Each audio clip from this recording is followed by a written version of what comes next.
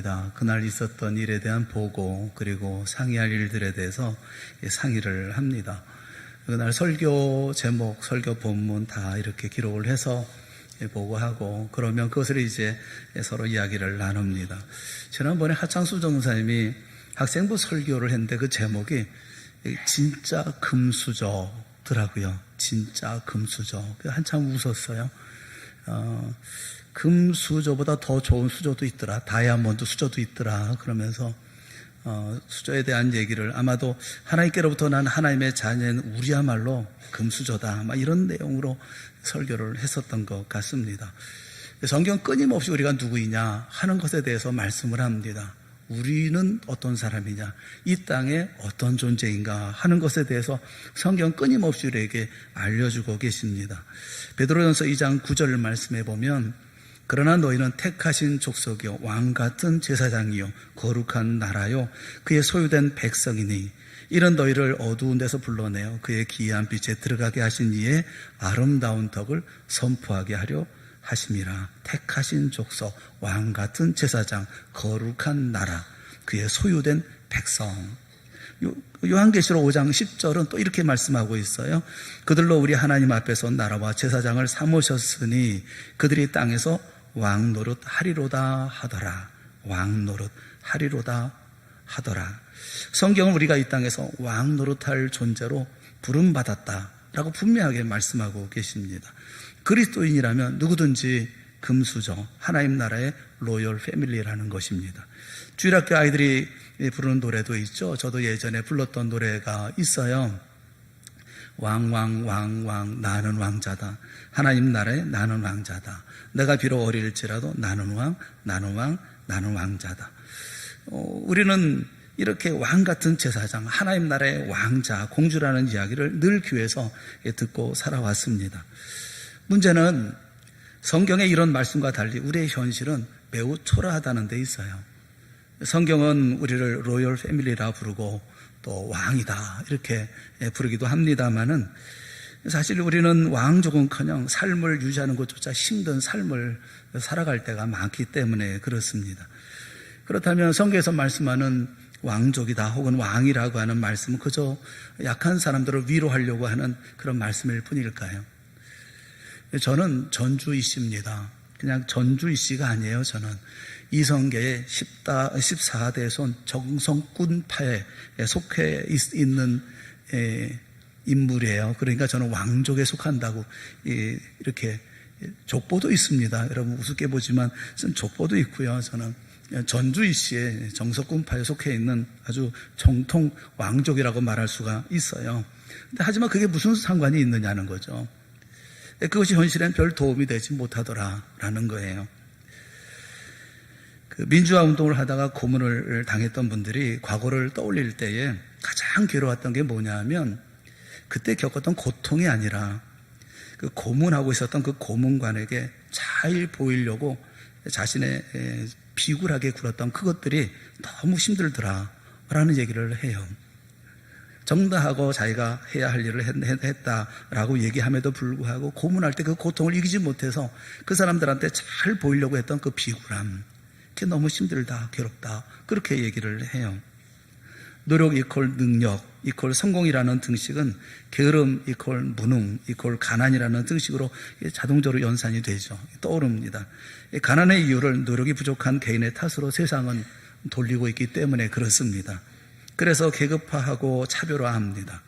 무한한 기회가 열려 있는데도 가난한 것은 너희 탓이니 억울하면 출세하라, 그렇게 충고를 해요. 그래서 사람들은 가난한 것을 창피해합니다. 또 가난해 보이지 않기 위해서 안간힘을 다 씁니다. 아이들을 보면 기를 쓰고 그 어떤 메이커 옷을 입으려고 그래요. 보면 이 노스페이스나 뭐 K2 뭐 이런 것을 입고 그러려고 그래요. 보니까 제가 한번 조사해 봤는데, 신발은 한 켤레가 14만 9천 원이라고 그러고 패딩은 42만 9천 원짜리더라고요. 이거는 히말라야나 이게 높은 산을 등반할 때 필요한 것이거든요. 학교 가는데 이게 왜 필요합니까? 근데 그것 좀 입고 가야 폼난다는 거죠. 가난하게 보이지 않는다는 거예요. 부녀회에서는 비싼 아파트처럼 보이기 위해서 아파트 이름을 영어로 바꾸는 그런 천국도 벌어지기도 합니다. 세상에는 부끄러워해야 할 부자가 있듯이 떳떳한 가난도 있는 것인데 우리는 늘 가난을 창피해하고 부끄러워합니다. 성경이 우리를 가르쳐서 택하신 족속이요 왕같은 제사장이요 거룩한 나라요 그의 소유된 백성이고 이 땅에서 왕 노릇하는 사람들이라고 말씀하고 있는 이것은 암울한 현실에서 잠시 눈을 돌리라 라는 말씀이 결코 아닙니다. 그렇다면 우리의 현실은 아직도 초라함에도 불구하고 성경은 왜 우리를 가르쳐서 왕같은 제사장이라고 부를까요?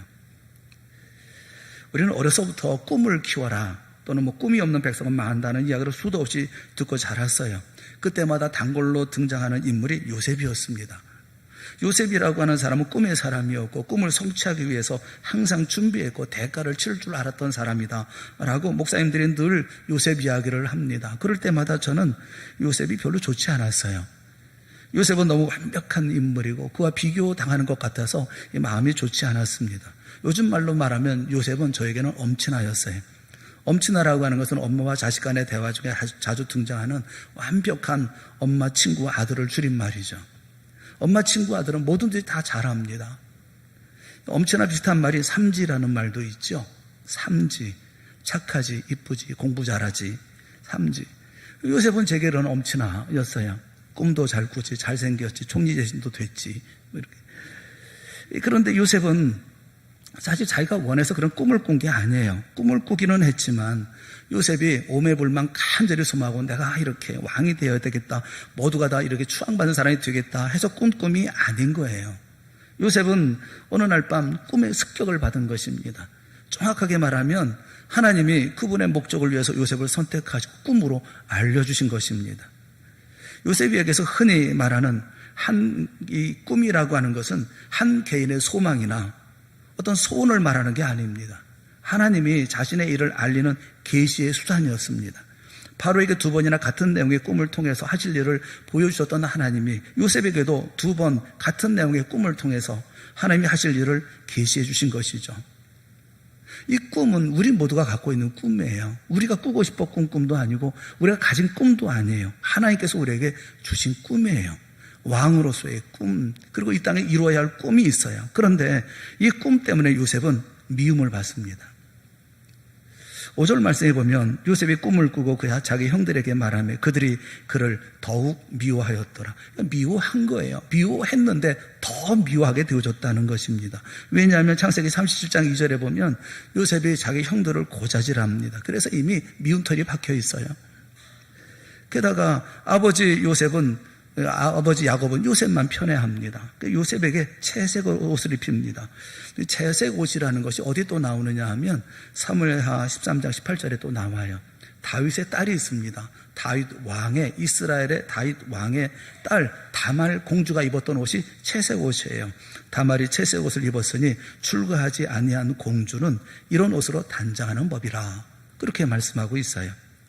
다말이 입은 채색 옷이 출가하지 아니한 공주가, 한 나라의 공주가 입는 옷이었다고 하면 요셉이 입은 채색 옷은 소위 왕자가 입는 일종의 왕족의 옷일 가능성이 크죠.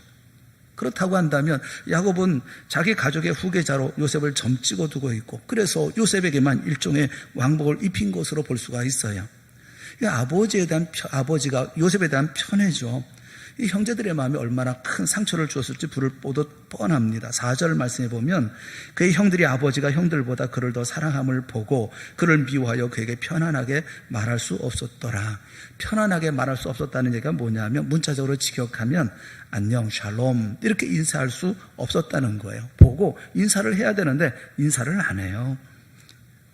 미워서 인사를 안 해요. 샬롬 이것도 안 한다는 거예요. 부족을 지배하는 족장의 어떤 계승권이 어린 동생에게 넘어가게 된 것을 될 것이라고 생각하는 그런 형들이 그 동생 보면서 인사하지 않을 정도로, 인사하고 싶은 생각이 없을 정도로 마음에 큰 상처를 받았다는 것입니다. 언제 터질지 모를 시한폭탄 같은 이런 형들의 마음은 요셉의 꿈자랑으로 끝내 폭발해버리고 맙니다.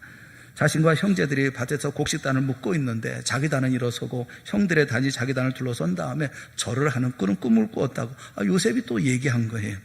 요셉의 꿈꿈의 내용은 해몽할 필요가 없습니다. 분명한 거예요.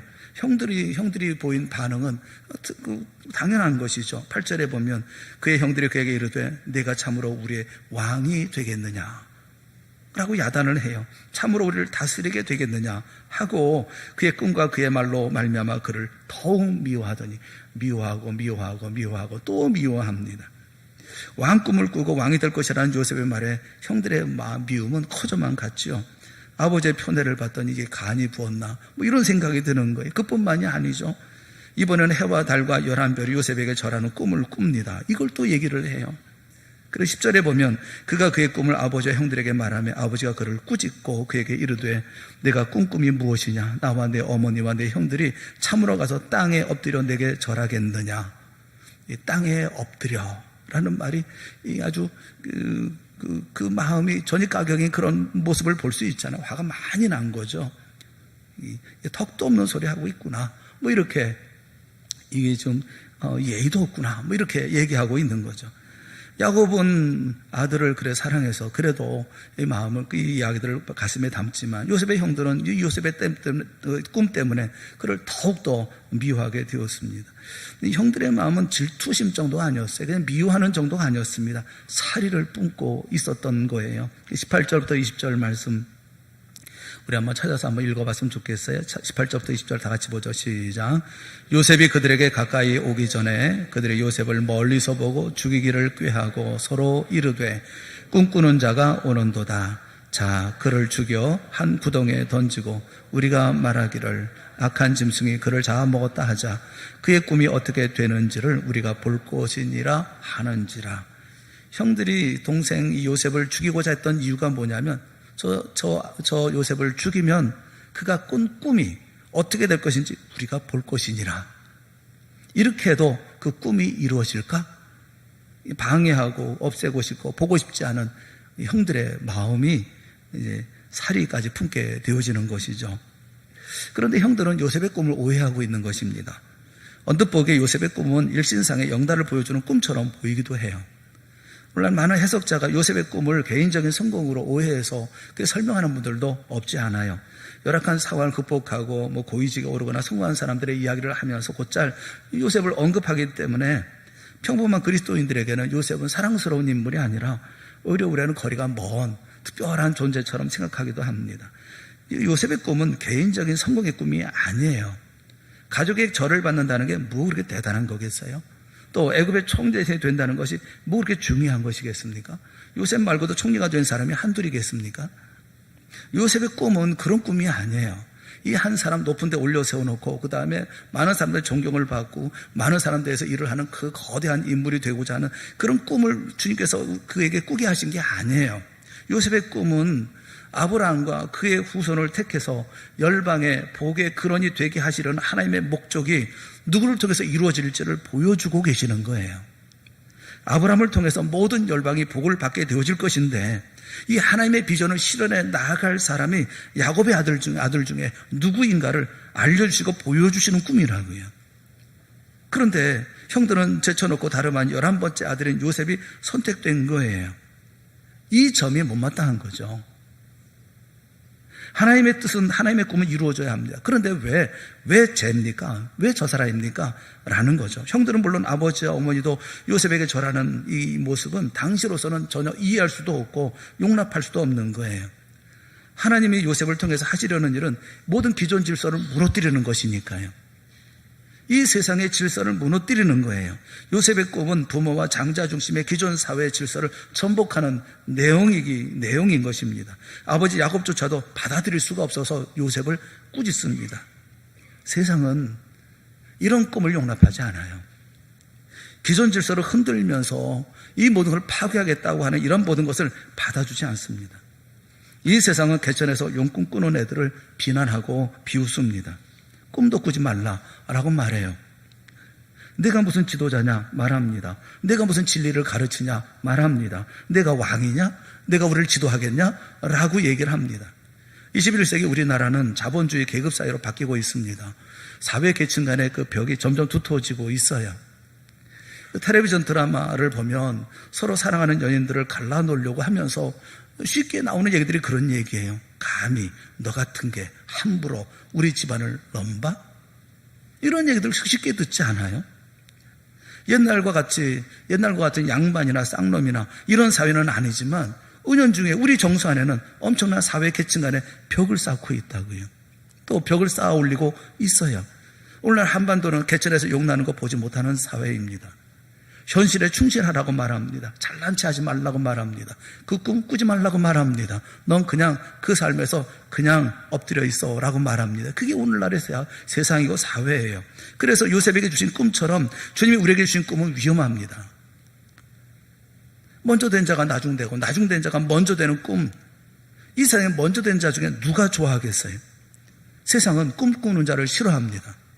비전 푸는 자를 싫어합니다. 그냥 그 상황 속에 있기를 원합니다. 그것이 이 세상의 질서예요. 다 미워합니다. 싫어합니다. 그런데 성경은 무엇이라고 말씀합니까? 고린도서 1장 26절 말씀부터 28절에 있는 말씀 우리 한번 같이 읽어봤으면 좋겠어요. 다 같이 시작. 형제들아 부르심을 보라. 육체를 따라 지혜로운 자가 많지 아니하며 능한 자가 많지 아니하며 문벌 좋은 자가 많지 아니하도다. 그러나 하나님께서 세상에 미련한 것들을 택하사 지혜 있는 자들을 부끄럽게 하려 하시고 세상에 약한 것들을 택하사 강한 것들을 부끄럽게 하려 하시며 하나님께서 세상에 천한 것들과 멸시받는 것들과 없는 것들을 택하사 있는 것들을 폐하려 하시나니. 아멘. 이 말씀 여러분 잘 보셔야 돼요. 우리가 천하다는 것입니까? 우리가 멸시받는 것, 우리가 약한 것, 우리가 미련한 것이라는 것입니까? 여러분 말씀을 잘 보세요. 육체를 따라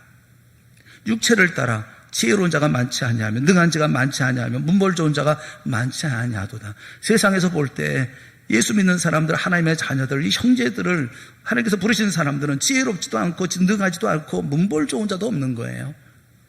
그런데 하나님께서는 세상에 미련한 것들을 택하사 세상에서 미련한 것들을 택하사 세상에서 약한 것들을 택하사 세상에서 천한 것들 멸시받는 것 얻는 것들을 택하사 어떻게 하시겠다는 것입니까? 지혜 있는 자들을 부끄럽게 하시고 그리고 강한 것들을 부끄럽게 하시고 있는 것들을 폐하려 하신다라고 말씀하고 있어요. 이게 하나님께서 우리에게 주는 꿈이라는 거예요. 우리는 애당초부터 우리 자신들이 못됐고 못났고 형편없고 가난하고 아무것도 할 수 없는 존재가 아니라 세상에서 그렇게 보지만 그러나 너희들은 그런 사람들이 아니라고 말씀하고 있는 말씀인 거예요. 오늘 우리는 무슨 꿈을 꾸고 있습니까? 우리가 꾸는 꿈은 개인적인 야망, 일신적인 영달이 담겨있는 성공을 향한 꿈입니까? 아니면 세상을 향한 사랑과 긍휼이 담긴 하나님의 꿈입니까? 이 세상에 왕같은 제사장의 꿈을 가지고 있습니까? 꿈을 가져야 한다고 하는 것은 우리가 개인적인 소망을 크게 가져야 한다는 뜻이 아니에요. 하나님의 성경을 통해서 오늘 우리에게 주시는 그 꿈을 받아들이라는 거예요. 우리가 하나님의 꿈을 실행해 나가는 중요한 대리자가 되어야 한다는 거예요. 하나님 나라의 꿈, 하나님 나라를 회복하는 꿈을 가져야 한다는 것입니다. 온 세상을 하나님 나라로 만드는 꿈, 생명 없는 세상에 생명을 불어넣는 꿈, 죄악에 사로잡힌 수많은 죄인들에게 참 자유와 평강의 삶으로 인도하는 꿈, 고독하고 외로운 이에게 친구가 되어주고 삶의 의욕을 잃은 사람들에게 소망을 주며 부모를 잃어버린 우리 아이들에게 사랑을 주고 배고픈 이들에게 먹을 것을 삶의 양식을 줘서 기쁨과 배부름을 주는 꿈, 이 세상을 하나님의 나라로 만들어가는 꿈, 그 꿈이 바로 하나님께서 우리에게 주신 꿈이라는 거예요. 많은 이들이 자신의 욕망을 꿈으로 이해하고 그 꿈을 실현하는 도구로서 하나님을 이용하려고 합니다. 그러나 요셉의 꿈은 요셉의 개인적인 야망이 아니에요. 아브라함을 통해서 모든 열방이 복을 받을 것이라는 하나님의 비전이 실현되는 중요한 대리자로서의 역할을 요셉이 감당할 것이라고 하는 것을 보여주신 꿈이라는 것입니다. 우리를 세상의 복의 근원이 되게 하시겠다고 하는 꿈은 요셉뿐만 아니라 하나님의 백성 모두에게 주신 거예요. 하나님은 바로 우리를 통해서 이 땅에 복의 근원이 되게 하시고 이 땅에 복을 나눠주는 사람이 되게 하여 주시겠다고 말씀한 거예요. 이것이 우리 스스로 꾼 꿈이 아니라고요. 우리를 통해서 하나님이 열방에 복을 주겠다는 꿈은 우리의 생각을 넘어선 것입니다. 이 꿈은 야곱의 아들들이 욕망과 탐욕과 미움과 증오로서 하나님의 거룩한 백성의 모습을 상실해 가고 있을 때 요셉에게 준 꿈이에요.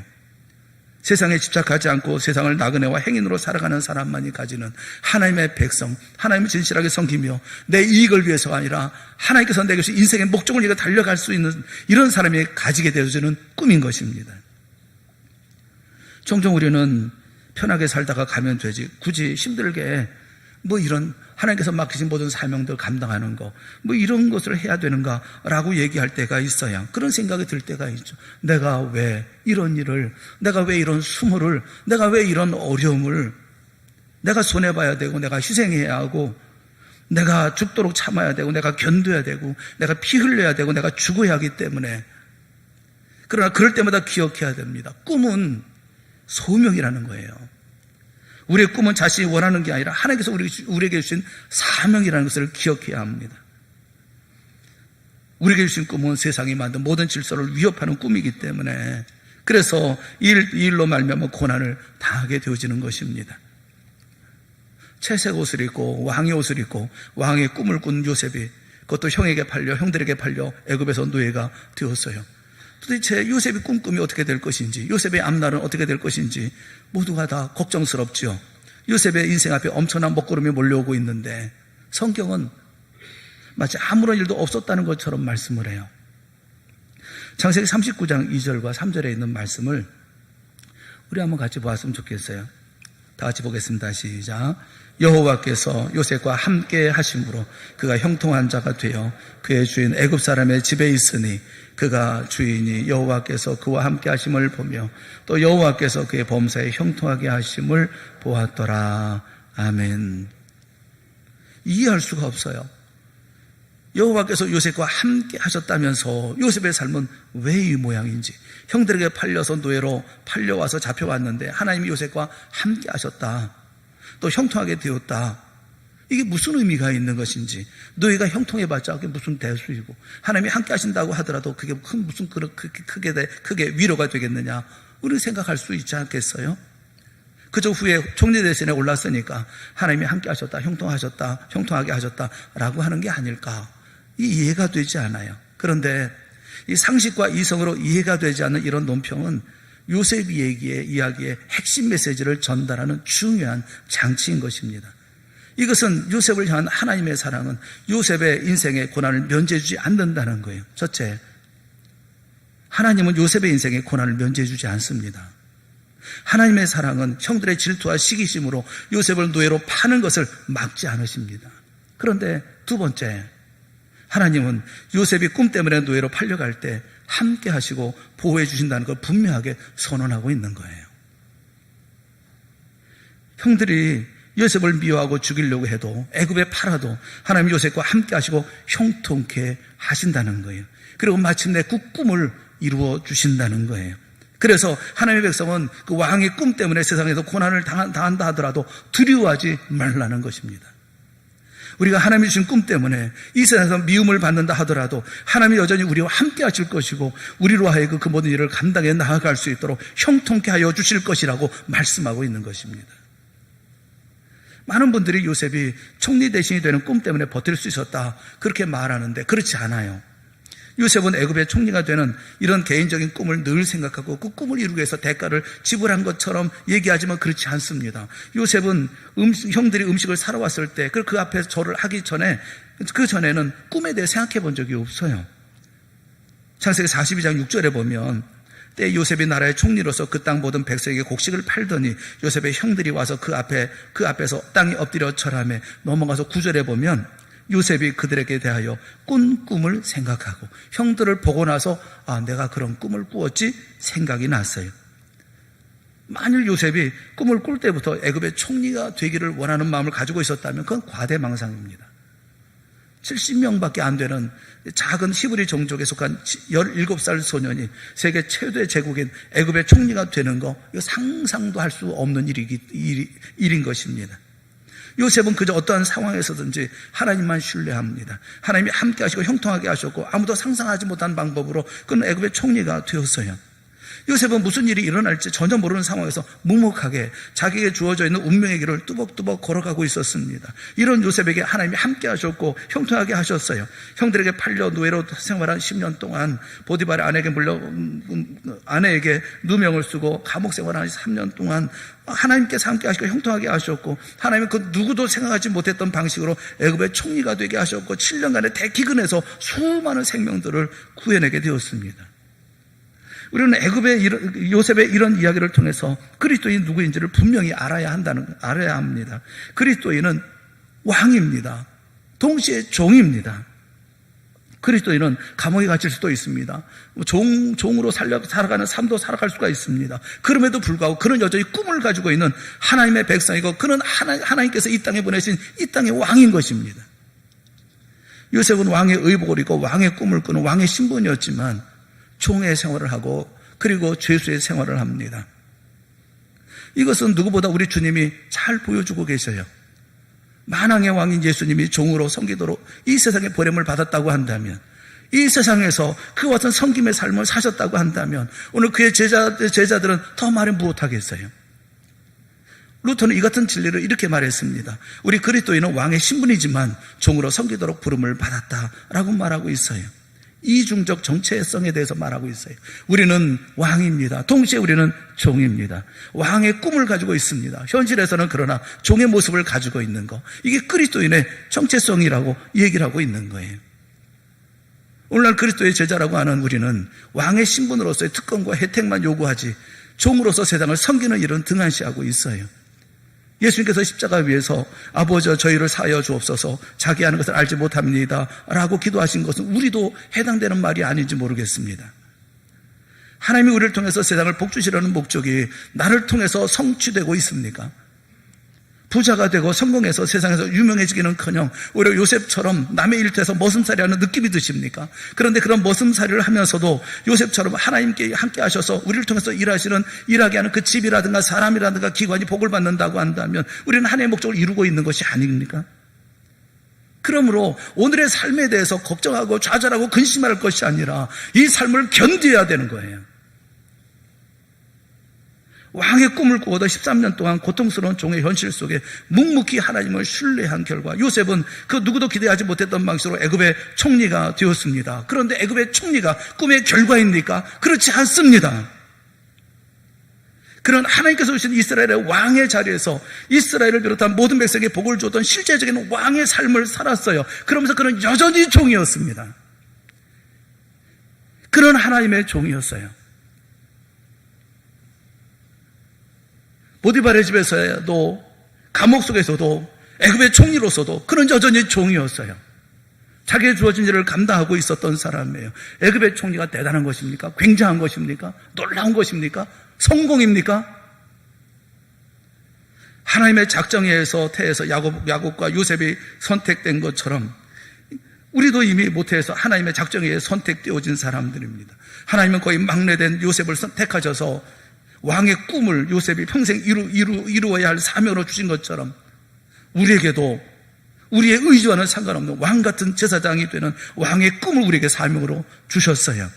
내가 지금 현실에 닥치고 있는 이런 모든 일들이 우리의 사명을 이루는데 영향을 미쳐서는 안 되는 이유가 거기에 있습니다.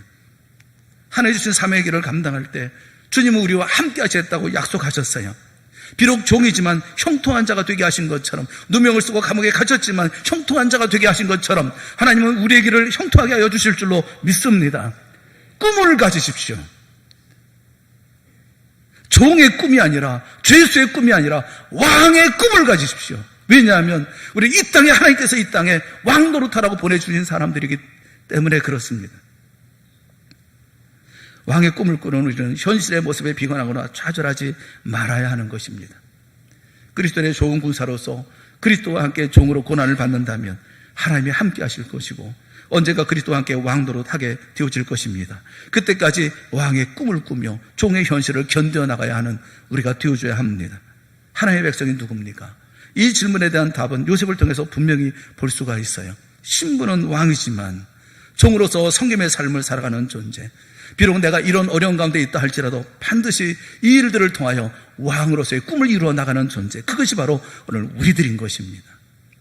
사랑하는 여러분, 나를 존중하시고 나를 존귀 여기시고 내가 삶을 살아가는 모든 동안에 하나님 앞에서 내가 감당해야 할 모든 일들, 사명을 이루어 나가는 모든 일에 조금도 우리가 소홀하지 않냐고 주 역사 이루어 나가는 우리 모두가 다 되어질 수 있기를 주님의 이름으로 축원합니다. 여러분은 하나님의 자녀이고 여러분은 하나님께서 이 땅에 보내신 왕 노릇할 사람들로 보내주셨다고 하는 것을 여러분 기억하십시오.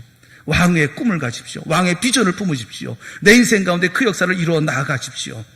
주님은 우리와 함께 하실 것이고 우리에게를 형통하게 하여 주실 것입니다. 그 모든 역사를 이루어 나가며 승리하고 그리고 하나님의 꿈이 이 땅에 이루어져 모든 사람들에게 하나님의 놀라운 복을 나누어 주며 살아가는 귀한 믿음의 백성들이 다 되어질 수 있기를 주님의 이름으로 축원합니다. 기도하겠습니다. 사랑의 하나님 아버지, 우리로 깨닫게 하시기를 원합니다. 우리로 다시 자신을 보게 하여 주시기를 원합니다. 주님께서 우리에게 놀라운 능력과 은혜를 베풀어 주시고 구원의 역사를 베풀어 주셔서 하나님의 백성이 되게 하여 주셨으니 그 은혜를 감사합니다. 이제 왕으로서의 꿈을 가지게 하여 주시옵시고 주신 사명 이루어 나가는 저희 모두가 다 되어질 수 있도록 인도하여 주시옵소서. 비관하지 않게 하시고 절망하지 않게 하시고 좌절하지 않게 하여 주시옵시고 가슴을 피고 고개를 들어 하나님의 자녀답게 이 땅에 자존감을 가지고 주의 역사 이루어 나가는 우리 모두가 되게 하여 주시옵소서. 함께하여 주실 줄을 믿습니다. 형통케 하여 주실 줄을 믿습니다.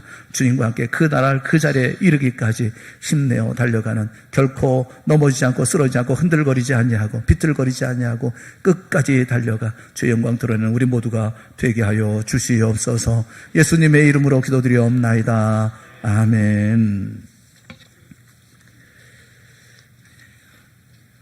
결혼